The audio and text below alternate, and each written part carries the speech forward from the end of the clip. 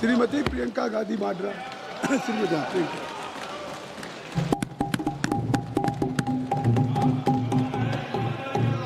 धन्यवाद अध्यक्ष महोदय जी, आपने मुझे इस विषय पर बोलने का मौका दिया। कुछ दिनों पहले हम राम मनोहर लोहिया अस्पताल गए थे। पुलिस लाठीचार्ज में घायल दिल्ली की उस छात्र की स्थिति जानने के लिए जो आईसीयू में अपनी जिंदगी की सबसे बड़ी लड़ाई लड़ रही है। हमसे कुछ ही समय पहले आदरणीय स्वास्थ्य मंत्री जी श्री जेपी नड्डा वहां गए थे और उनसे कुछ समय पहले अन्य नेता भी गए। जब तक हम वहां पहुंचे, उस लड़की की मां नेताओं के आने जाने से गुस्से में थी। सुन लीजिए, सुनिए, किसी की पीड़ा का मजाक नहीं उड़ाते। कोई भी हो, किसी की पीड़ा का मजाक नहीं उड़ाते। आप संसद में बैठे हैं, निशिकांत जी आप बना रहे हो। जब तक हम वहां पहुंचे, उस लड़की की मां नेताओं के आने जाने से गुस्से में थी। किस लिए आए हो? उसने आईसीयू के दरवाजे के बाहर खड़े होकर हमें पूछा। हमारे सामने कांपते हुए हाथ जोड़े कहने लगी कि धन्यवाद आप आए हैं, ठीक है, मगर मुझे किसी से नहीं मिलना, मुझे किसी से बात नहीं करनी। महोदय, उस मां की पीड़ा से उसका पूरा शरीर कांप रहा था, लेकिन उसने दृढ़ आवाज में कहा, सुबह से बड़े बड़े लोग यहां आ रहे हैं, एक के बाद एक वीडियो बना रहे हैं। वह भी आए जिन्होंने मेरी बेटी का ये हाल किया है। किस लिए? उसने हमसे पूछा। किस लिए? मेरी बेटी की बलि तो चढ़ गई है, लेकिन उसे कुछ भी हो जाए तो मैं उसके लिए अपने आप लड़ूंगी। मुझे किसी की मदद नहीं चाहिए, मैं अकेले लड़ लूंगी। महोदय, शायद मुझे यहाँ खड़े होकर सबके सामने ये बात नहीं कहनी चाहिए, मगर उस माँ की गुहार ने मुझे शर्मिंदा किया। उसके दिल के टूटने की वो आवाज़ जो अस्पताल की दीवारों से में गूंज रही थी, मेरे मन में अभी भी गूंज रही है। इसलिए उस माँ की इजाज़त लिए बिना मैं आपके द्वारा आदरणीय प्रधानमंत्री महोदय जी और आदरणीय गृह मंत्री महोदय जी से पूछना चाहती हूँ कि क्या ज़रूरत थी एक मासूम बच्ची पर इस तरह दमन करने की? क्या ज़रूरत थी उन छात्रों पर आंसू गैस चलवाने की, उन पर लाठियां बरसाने की, उन पर वाटर कैनन्स चलवाने की? क्या जरूरत थी उन नौजवान लड़कियों को जलील करते हुए उनके कपड़े फाड़ने की, उनको बेरहमी से गंदी तरह पिटवाने की? देश के युवाओं पर पैलेट गन्स और AK-47 चलवाने की क्या आवश्यकता थी? क्या वे आतंकवादी थे? क्या आतंकवादी हैं? टेररिस्ट हैं? हाँ, कांग्रेस बोल रही है। हाँ, कांग्रेस बोल रही है। जवाब दीजिए, जवाब दीजिए। कांग्रेस बोल रही है, जवाब मांग रही है, जवाब दीजिए।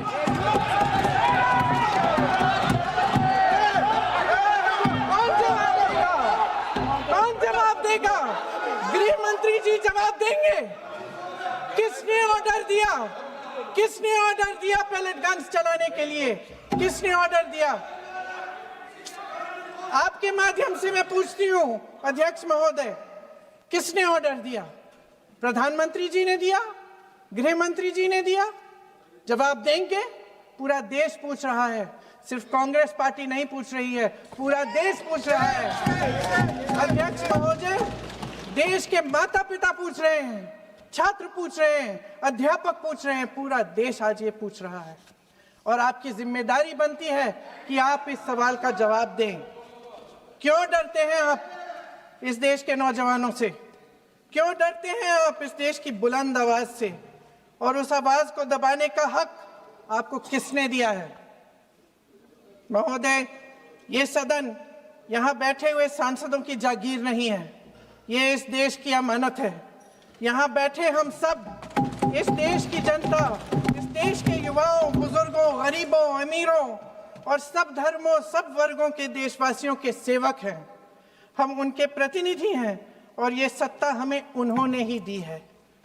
इस देश का संविधान हमारी सर आंखों पे, इस देश का लोकतंत्र सर्वोपरि है, इसे ध्वस्त करना पाप है। यह करोड़ों जनता हमसे सिर्फ एक चीज मांगती है, जवाबदेही। इंग्लिश में इसे अकाउंटेबिलिटी कहते हैं। हमें सत्ता देकर, हमें यहां तक लाकर सिर्फ उसकी ये गुहार है कि जो हम करें उसकी भलाई के लिए करें, और अगर उनके साथ अन्याय हो तो हम उनके प्रति जवाबदेह बने और उन्हें न्याय दिलवाएं। पिछले दिनों हजारों बच्चे सड़क पर उतरे, उन्होंने अपनी पीड़ा व्यक्त की। गांधी जी के दिखाए हुए रास्ते पर अहिंसा और सत्य को अपने दिलों में रखते हुए, गाते, मुस्कुराते हुए शांतिपूर्वक प्रदर्शन किया। लोकतंत्र के सबसे पवित्र सिद्धांत के तहत उन्होंने अपनी आवाज उठाने का अधिकार कायम किया। ये उस भारत के बच्चे हैं जो गांव में रहते हैं, जो महानगरों में रहते हैं, जो छोटे कस्बों में, छोटे शहरों में रहते हैं, जहां माँ अपने गहने बेच देती है, पिता अपनी जमीन गिरवी रख देता है, एक परिवार अपनी पूरी जिंदगी की कमाई बच्चे के सपने पर खर्च देता है। और अब उन्हीं बच्चों को लगने लगा है कि आज इस देश में मेहनत से ज्यादा बेईमानी मायने रखती है, मेरिट से ज्यादा पैसा मायने रखता है। तब सिर्फ एक छात्र नहीं हारता, उम्मीद हारती है। इन परेशान बच्चों ने अपनी उम्मीदें आपसे साझा की। उनकी मांगे क्या थी?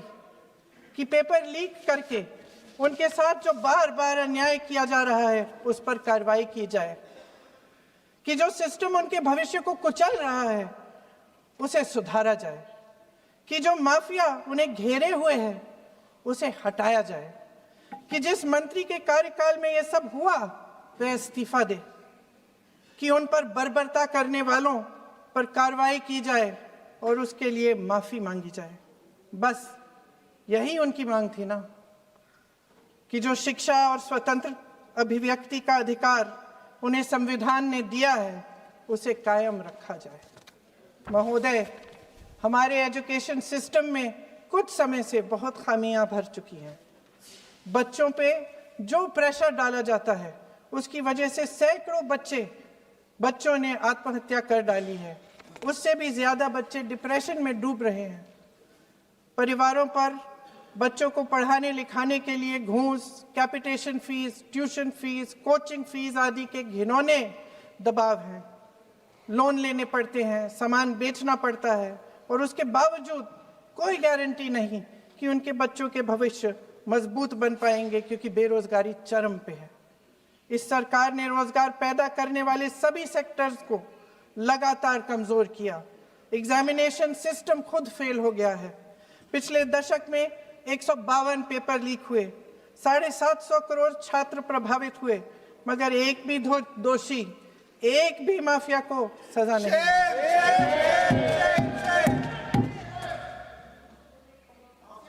हमारे एजुकेशन में आरएसएस के प्रचारकों को भर भर कर उसे खोखला बना दिया है। जबरदस्ती एनटीए बनवाकर सिस्टम का केंद्रीकरण करके उसे और भी उलझा दिया। देश के कुल बजट में, हाँ जी जबरदस्ती, आपने अभी अभी सुना तमिलनाडु के हमारे साथी क्या कह रहे थे। देश के कुल बजट में एजुकेशन बजट की हिस्सेदारी हर साल बढ़ाने की बजाय घटती जा रही है।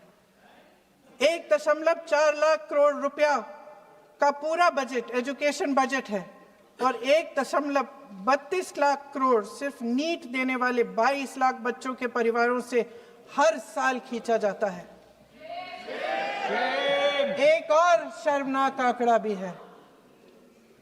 1.4 लाख करोड़ रुपया हमारा पूरा एजुकेशन बजट और 16 लाख करोड़ रुपए जो मौजूदा सरकार ने बड़े उद्योगपतियों के लोन माफ किए हैं। सोचिए कि इस सरकार की प्राथमिकताएं क्या है।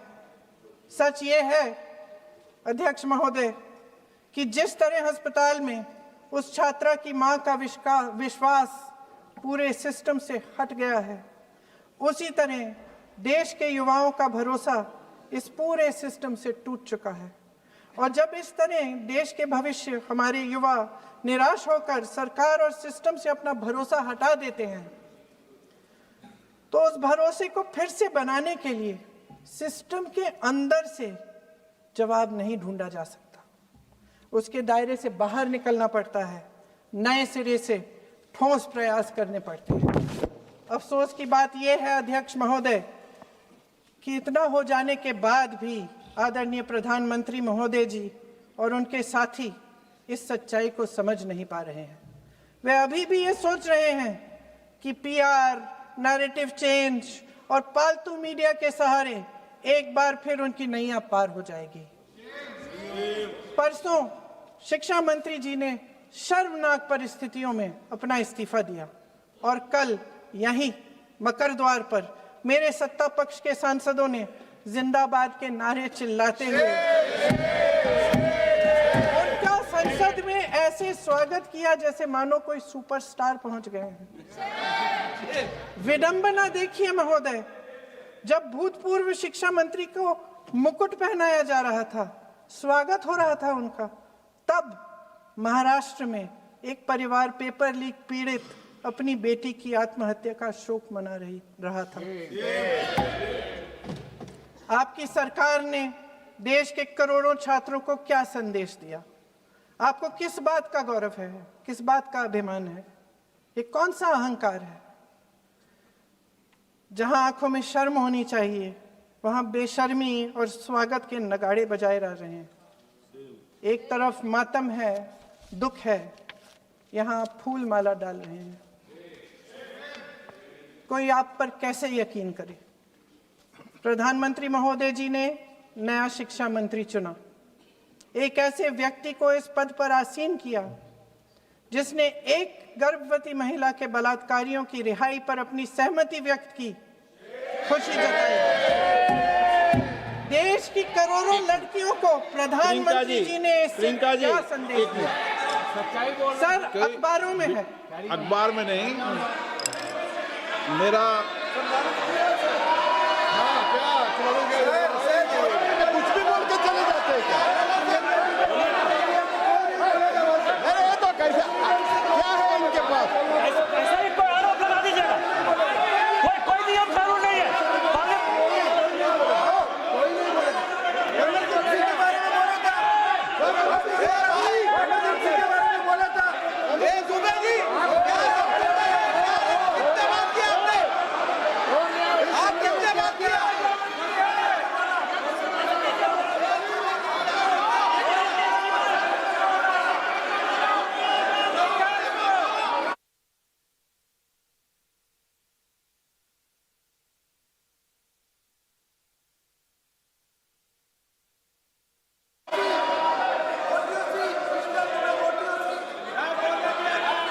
अध्यक्ष महोदय जी, जो श्रीमती प्रियंका वाड्रा गांधी जी बोल रही थी, तो बीच में उनके वहाँ से भी टोका टोकी पहले भी हुए, हमारे यहाँ से भी हुए थे।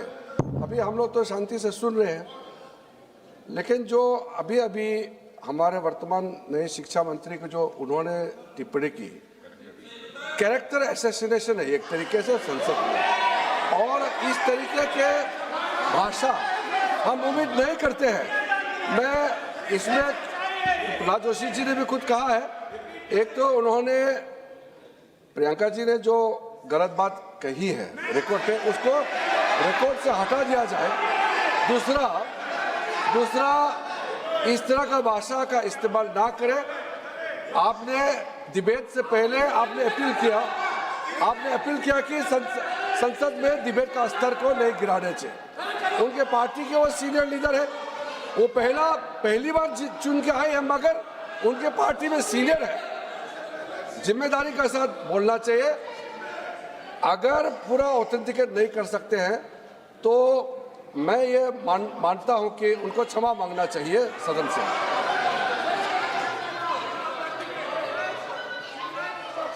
मेरा मत ये है सदन के अंदर, ये सदन सर्वोच्च लोकतांत्रिक संस्था का सदन है, इसका एक एक शब्द हमेशा रिकॉर्ड में रहता है। मैं माननीय सदस्य से आग्रह करूंगा कि बिना तथ्यों के हमें इस तरीके के सदन के पटल पर बात नहीं करनी चाहिए।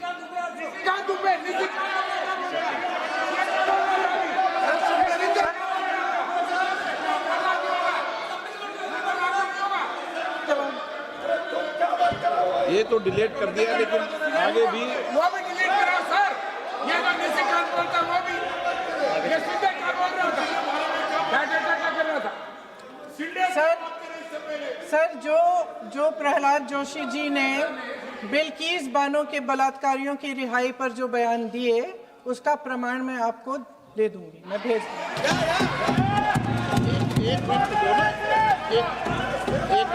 मैं ऑथेंटिकेट कर लूँ। स्पीकर का डायरेक्शन 115, उनको पहले ऑथेंटिकेट करने का है सर। ऑथेंटिकेट करेंगे उसके बाद वो आगे बढ़ेंगे, ऐसा नहीं होगा। पहले ऑथेंटिकेट करने दो सर। उनको ऑथेंटिकेट करने के लिए कहिए, ऑथेंटिकेट करने कहिए उनको।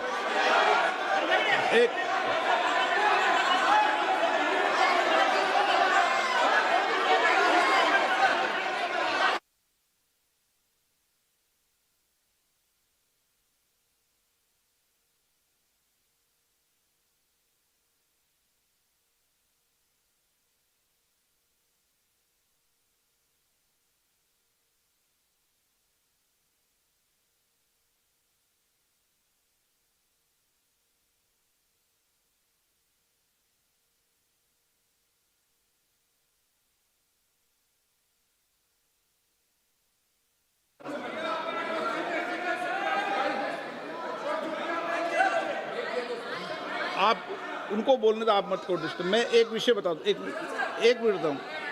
नियम 353 के अंदर फिर मैं एक बार स्पष्ट कर दूं, किसी भी सदस्य द्वारा किसी भी व्यक्ति के विरुद्ध मानहानि या अभियोगात्मक प्रकृति का कोई आरोप नहीं लगाया जाएगा जब तक कि सदस्य ने अध्यक्ष और संबंधित मंत्री को पर्याप्त अग्रिम सूचना नहीं दे दी हो। यह व्यवस्था है।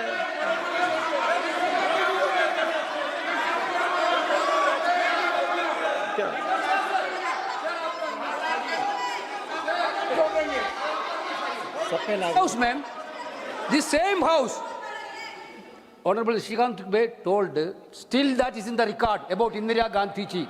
Still that is in the record. Still that is in the record. Sir, you are not removed, sir. बोलो, आप भी बोल लो। सर, केसी वेणुगोपाल जी ने जो नाम लिया है और मैं नेहरू जी के बारे में जो बात कहा है मैंने सर, मैं उस पर कायम हूं और मैं किताब जो है ऑथेंटिकेट करने के लिए तैयार हूं। अय्याज थे नेहरू, अय्याज थे।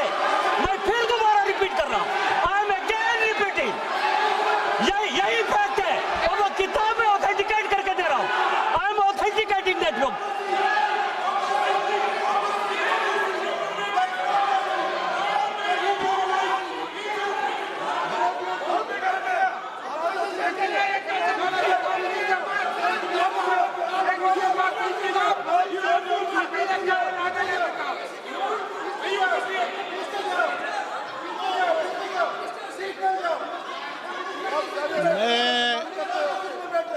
मैं जब आसन पर होता हूं, जो मैं व्यवस्था देता हूं, चाहे सत्ता पक्ष हो या प्रतिपक्ष हो, मैं समान व्यवस्था देता हूं। मैं जब आसन पर होता हूं,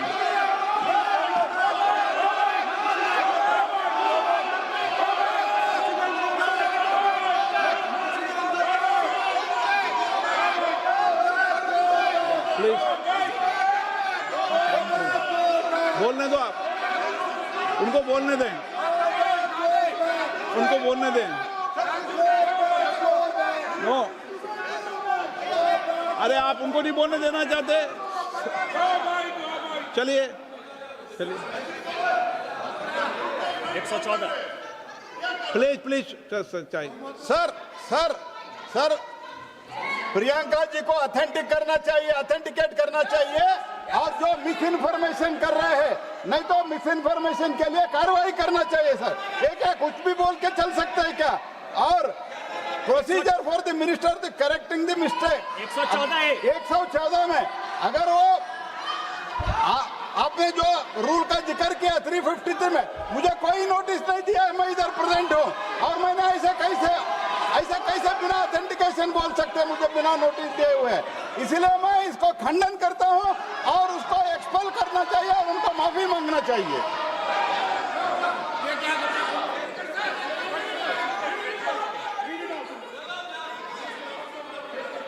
नहीं ये चैप्टर आगे नहीं बढ़ेगा सर। बिल पे केवल बिल पे।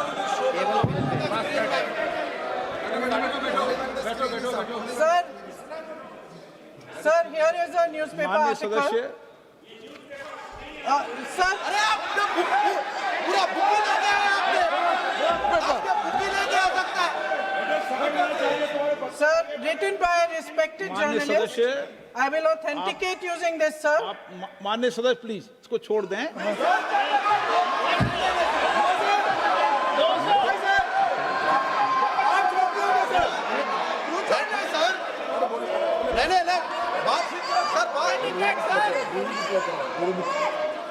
सर, अगर जोशी जी अपने बयान का इस खंडन कर विधेयक रहे पर ही हैं क्या? चर्चा होगी।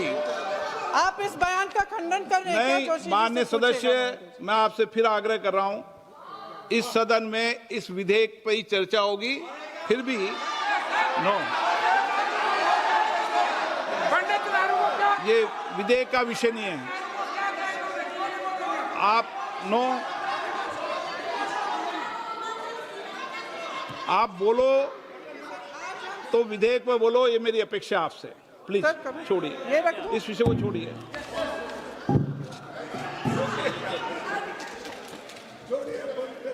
आज हम सदन पटल पर एक ऐसे विधेयक में संशोधन पर डिबेट कर रहे हैं जो 2024 में पारित हो चुका था और इसमें मुख्य संशोधन यही है कि पेपर लीक के अन्य अपराधों के लिए सजा बढ़ाई जाएगी। मगर जब से ये विधेयक पारित हुआ तब से अब तक इस सरकार ने एक भी अपराधी को सजा नहीं दी। आपने देखा है कि कल और परसों से फेस रिकॉग्निशन द्वारा प्रदर्शन करने वाले बच्चों के नाम और पते सार्वजनिक किए जा रहे हैं, मगर यही काम पेपर लीक करने वाले अपराधियों के लिए अभी तक नहीं किया गया। ना इस विधेयक में पेपर लीक रोकने के कोई ठोस कदम है। इससे देश के युवाओं का भरोसा कैसे बनेगा? अध्यक्ष महोदय, आदरणीय प्रधानमंत्री महोदय जी को आपके माध्यम से मैं कहना चाहती हूं कि शायद उन्हें अपने सलाहकार बदलने चाहिए। वे असलियत से एकदम टूट चुके हैं। नई कमेटियां बनाने से काम नहीं चलेगा। उनका अध्यक्ष चाहे कोई भी हो। राधा कृष्ण कमेटी भी व्यवस्था में सुधार लाने के लिए बनी थी। आज तक उसकी एक सिफारिश लागू नहीं हुई है और इस नई कमेटी में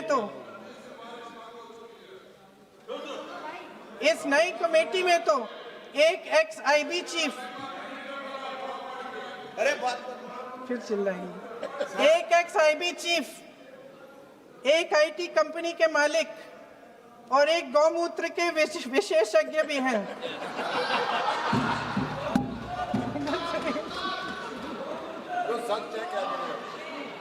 इन्हें शिक्षा के बारे में क्या पता जी? सर सच है। आप आज मेरे से नाराज हो रहे हैं। एक बार मुस्कुरा लीजिए। तो आपने भी चुनाव लड़ा।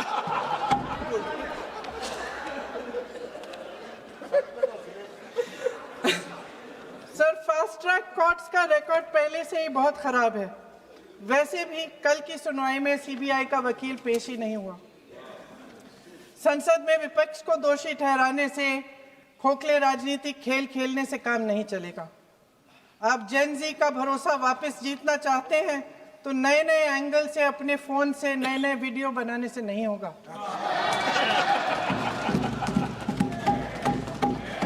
प्रधानमंत्री जी को कैमरे का एंगल नहीं, दिल का एंगल बदलना पड़ेगा।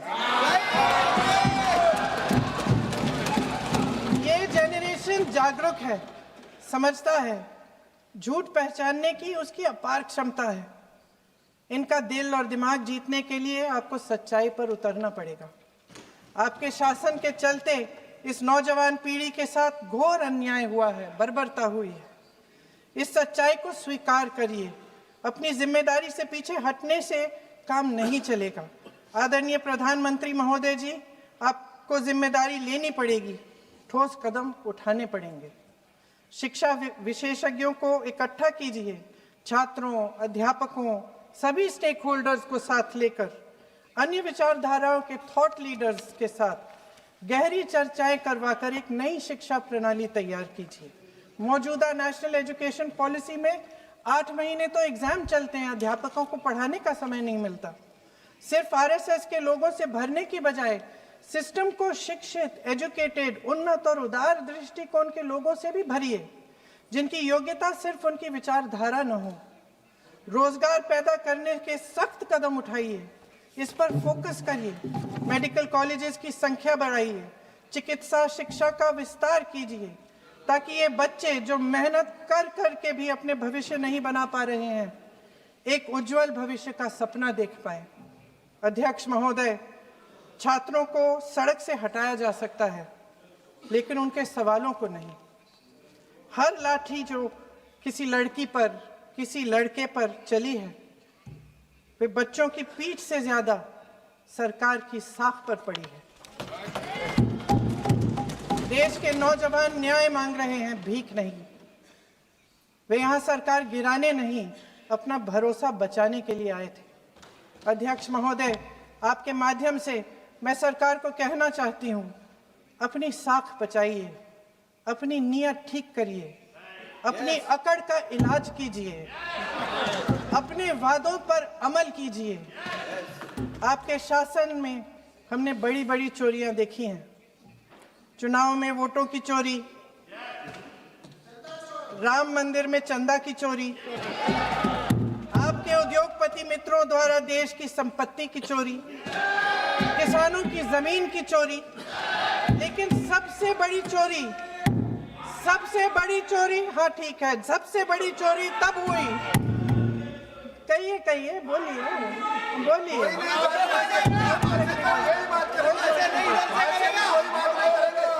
सुन लीजिए, शांति से सुन लीजिए, शांति से सुन लीजिए। आपको मौका मिलेगा, आप जितनी भी चोरियों की बात करना चाहते हैं आप कर लीजिए, अभी मेरा समय है। सबसे बड़ी चोरी तब हुई जब देश के नौजवानों के भविष्य, उनके सपने चुराए गए। भविष्य की चोरी, सपने की चोरी किसी भी चोरी से कहीं बड़ी होती है महोदय। अगर देश का युवा निराश हो जाए, अगर देश का युवा निराश हो गया, उसकी उम्मीद टूट गई, तो सबसे बड़ी हार भारत की हार होगी। और हम कांग्रेस और विपक्ष के लोग जान दे देंगे, मगर भारत की हार नहीं होने देंगे। जय हिंद। सर, अब तो मुस्कुरा लीजिए, भाषण खत्म।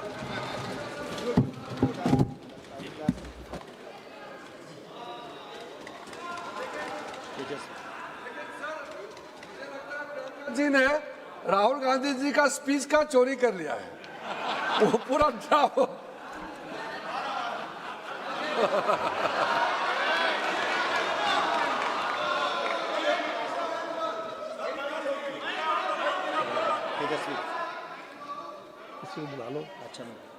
तेजस्वी सूर्या, धन्यवाद स्पीकर सर।